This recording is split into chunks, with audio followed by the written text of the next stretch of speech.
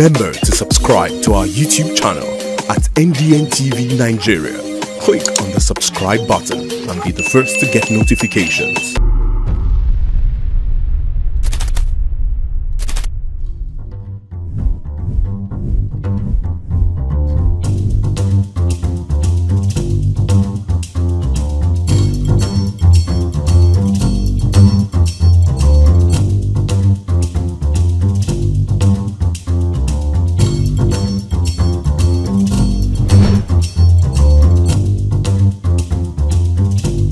And now, let's join ace broadcaster MAMODE AKUGHA as he takes us inside the Niger Delta. Hello out there and welcome to the program. It's Inside the Niger Delta, the authentic voice of Nigeria's oil-rich region. I'm your regular host, MAMODE AKUGHA. Senator Doye Diri, fondly called the miracle governor of Bayelsa State, entered 2024 with a sense of fulfillment, having secured a resounding victory in the November 11, 2023 governorship election. The people of Bayelsa State renewed their trust in him with an overwhelming mandate for a second term. Officially sworn in for his second tenure in February 2024, Governor Diri has remained steadfast in his commitment to infrastructure development and service delivery. His administration continues to implement initiatives designed to alleviate the challenges faced by Bayelstans and improve their quality of life. The following report outlines the indelible marks the governor has left across the city center, major towns, and far-flung coastal communities in the state that is raising a chorus of commendation and cheerfulness on the lips and faces of Bayelstans in the year 2024. Senator Doye Diri's journey to becoming the governor of Bayelsa State is nothing short of remarkable. After contesting and losing the November 2019 governorship election to the All Progressives Congress APC candidate David Lyon, fate took an unexpected turn. Just a day before the scheduled handover ceremony, the Supreme Court nullified David Lyon's election. This decision paved the way for Senator Diri, who had secured the second highest number of votes, to be declared governor-elect and sworn in on February 14, 2020. The dramatic turn of events earned him the nickname the Miracle Governor. While fate, luck, and legal technicalities brought him to office, Governor Diri quickly understood that earning the people's trust required tangible results. Over his first term, he demonstrated his commitment to development, leaving a lasting impression on the oil-rich state. His efforts paid off as the people reaffirmed their confidence in him by re-electing him during the November 11, 2023 governorship election, granting him another 4 years at Creek Haven. Governor Doye Diri is continuing on the path of laying a solid foundation for infrastructure development as well as peace, security, sports, and human capital development. In October this year, Governor Diri's Prosperity Administration approved 61 billion naira as variation cost for the continuation of the first phase of the 21-kilometer Nembe-Brass Road and Bridges project, which was officially flagged off in 2022 during his first tenure at the cost of 54 billion naira. The recent addition brought the construction cost to 115 billion naira. The project, which is now at an advanced stage, is designed to connect the 3 senatorial districts and several previously isolated coastal oil-producing communities in the state by road. Also, the governor has given attention to the Opolo Market Road project, which is expected to enhance the lives and livelihoods of the people in the area. During a recent inspection of the project, community members and commuters along the Opolo Market Road expressed their gratitude to the Prosperity Administration led by Governor Doye Diri for its transformative projects that are changing their fortunes. The present governor of Bayelsa State, Doye Diri, is doing well. We see the infrastructure, the dualization of the road, everything is very okay. We appreciate him and we encourage others and everybody to to key in and follow for and support the government. I'm very 100% happy to do it today, because when I came to this Bayelsa State 2012, I've been seeing they are measuring the road, but doing this own tenor, he done it in perfect. We are 100% happy, and let Bayelsa government continue what they are doing. All these strides are in line with Governor Diri's social contract with Bayelsans, otherwise known as Assured Agenda, which stands for Agricultural Revolution and Blue Economy, Sports and Youth Development, Security and Peace, Urban Renewal and Rural Development, Robust Healthcare Delivery, Energy Generation and Economic Growth, as well as diversifying education towards innovation and technology with guaranteed quality delivery. Senator Diri is proving his commitment to harnessing the state's abundant resources to drive economic growth and create meaningful job opportunities for its vibrant young population, even as he follows closely in the steps of the federal government in establishing a Ministry of Marine and Blue Economy in the state, which is already paving the way for big opportunities in fisheries, tourism, and maritime safety. Our wealth, as I always say, lies in the Atlantic Ocean. Beyond oil and gas, Bayelsa State is rich in its maritime environment, and more emphasis shall be placed on the development of the blue economy.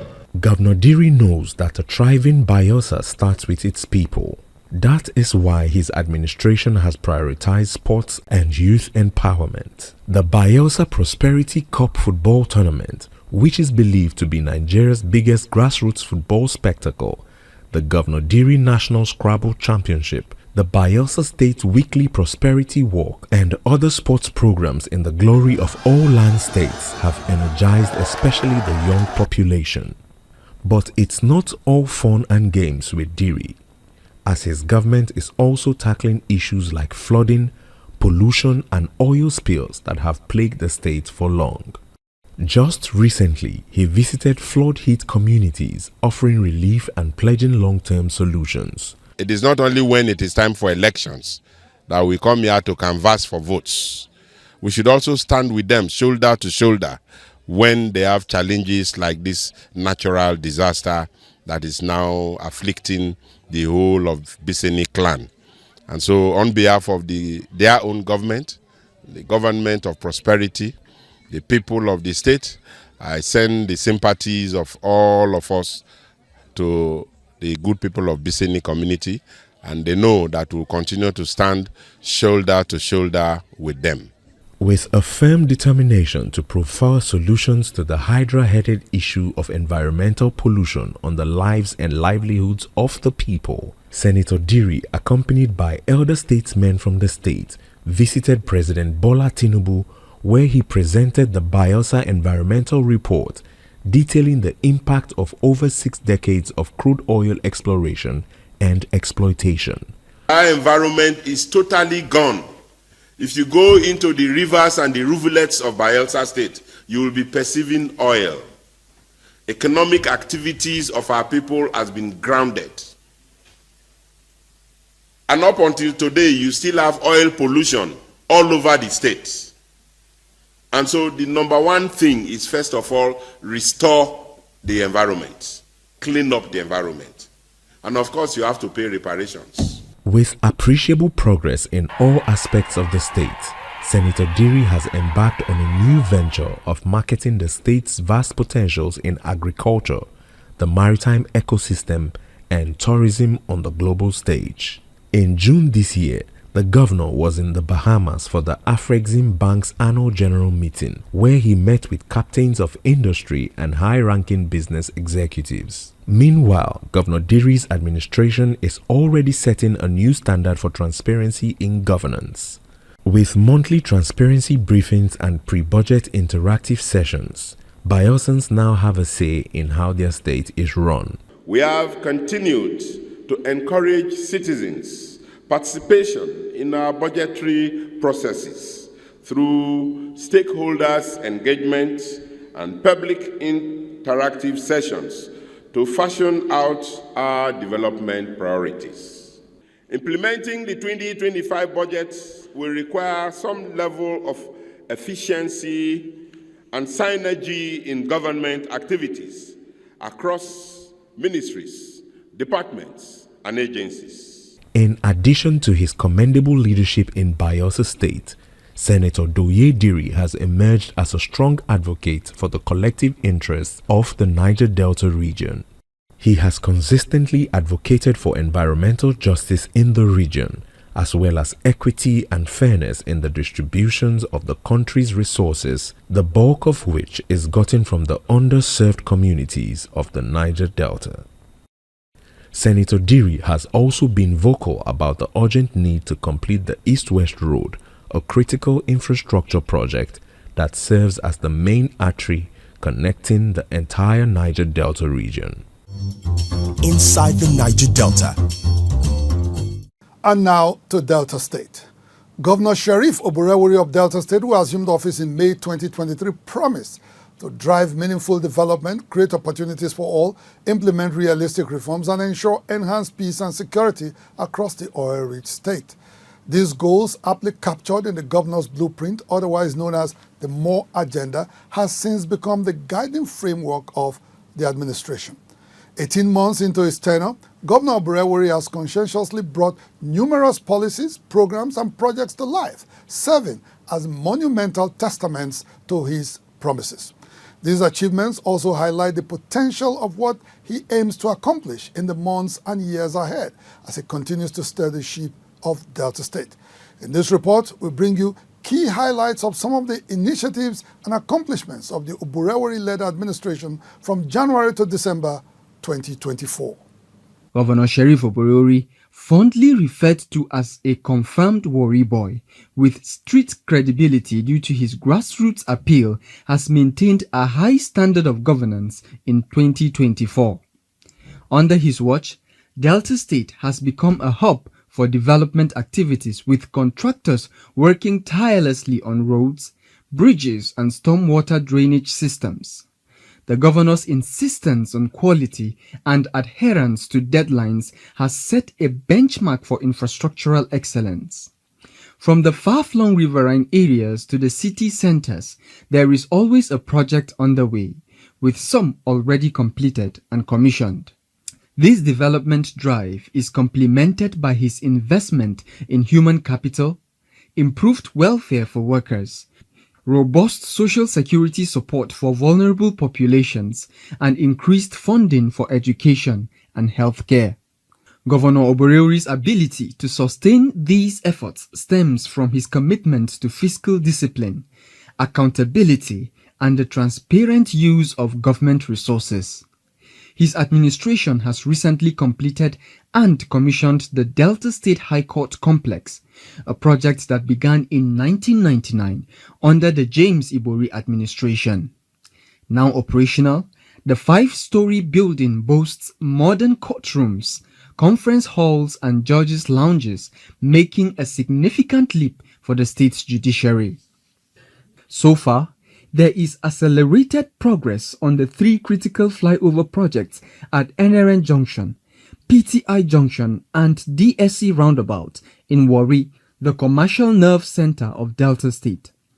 These flyovers are set to ease traffic congestion and enhance connectivity in the oil city.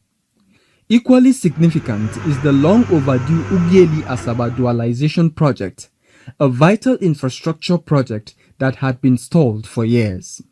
Governor Oborewori's administration has prioritized this project, ensuring it receives the much-needed attention to fast-track its completion. Thanks to the Governor Oborewori-led administration, the Beneku Bridge now connects several communities in Ndokwa West and Ndokwa East local government areas of Delta State. It has also enhanced economic growth and improved the quality of life for the people. Also, Governor Sheriff Oborewori continues to visit project sites personally to ensure quality delivery. During a supervision tour to the ongoing Trans-Warri Ode Ishakiri Bridges and Access Roads project in Warri South local government area in September this year, Governor Oborori warned contractors and engineers that his administration would not tolerate substandard work. We'll make sure that the jobs are properly done. And I promise that we'll give them good job. And I hope so that by the time when you complete and we come for inspection, you know that you have done a good job. We serve as warning to all site engineers who compromise. Because some of them compromise. I will not take that when they compromise. The one that compromise will face the wrath of the law. The Trans-Warri Ode Ishakiri project, which was originally awarded in 2006 during the administration of Chief James Ibori at the cost of 25 billion naira. Though the project remained stalled for about 17 years, Governor Oborori is showing uncommon dedication to completing it within the next 2 years. Spanning more than 24 kilometers, the project includes several bridges, including a 700-meter bridge across the Warri River. Meanwhile, in response to the economic challenges faced by some residents, Governor Sheriff Oborori introduced several initiatives to mitigate the impact of federal economic policies, such as the removal of fuel subsidies. Among these is the More Grant Scheme, which has benefited thousands of petty traders, artisans, and female entrepreneurs across Delta State. So we want to really thank him very much, that may God bless him and continue to give him the grace and the wisdom to do more. Oh, I never seen such a thing for my life. God will reward our governor. God will reward Delta State.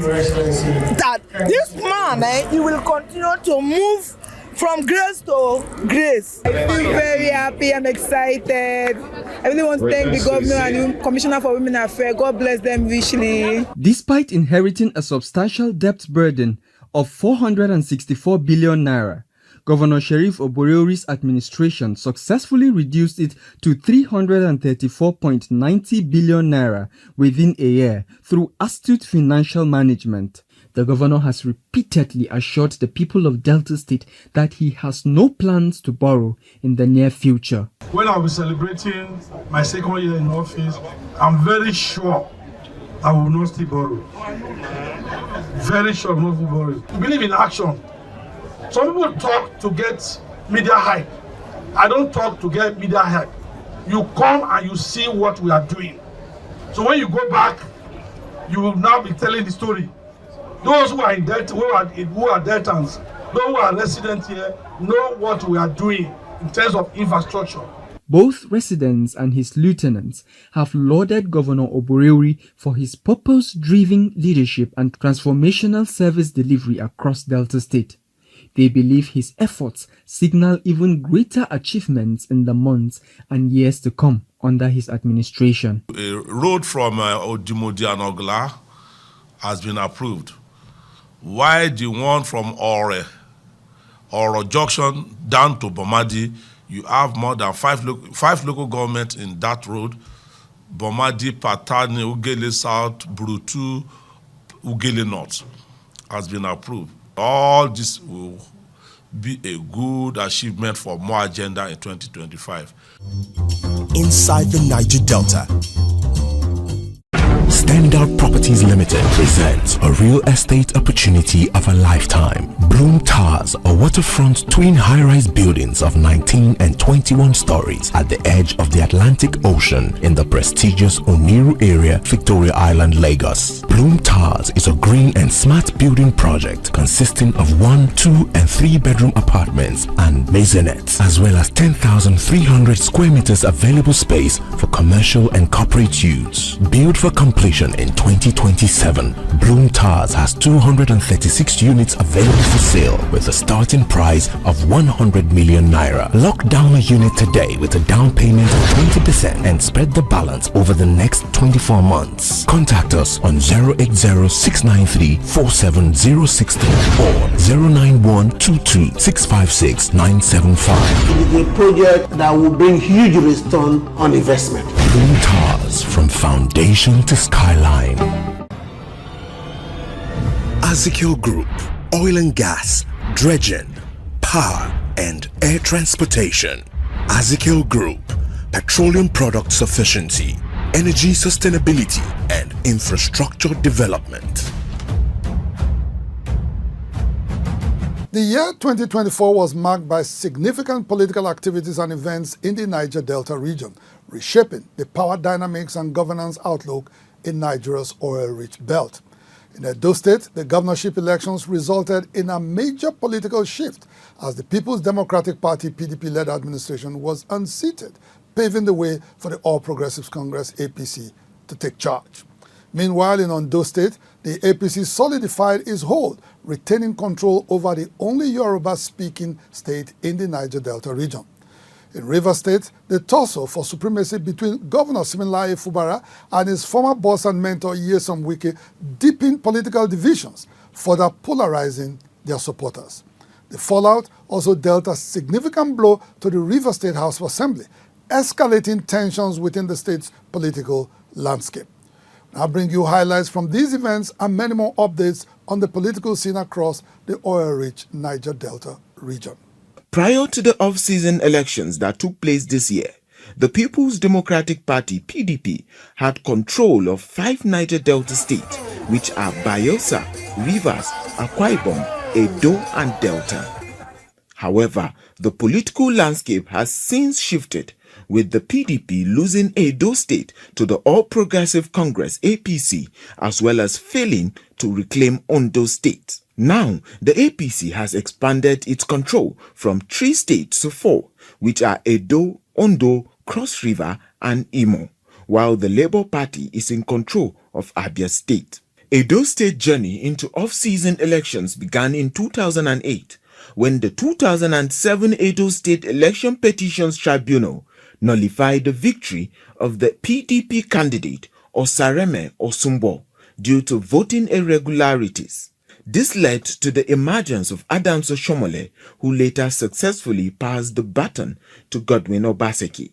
While it is the ambition of every outgoing governor to install a successor, the political climate in Edo presented a more complex scenario as the APC candidate Senator Monday Okpewolo and Labour Party's Olumide Akpata became strong contenders for the seat, as much as PDP's Asue Ighodalo, who was the anointed candidate of the governor. Despite being a strong candidate with huge potentials, Ighodalo's gubernatorial bid for Edo State was hampered by internal conflicts within the PDP, including the fallout between Governor Godwin Obaseki and his deputy, Philip Shuaibu.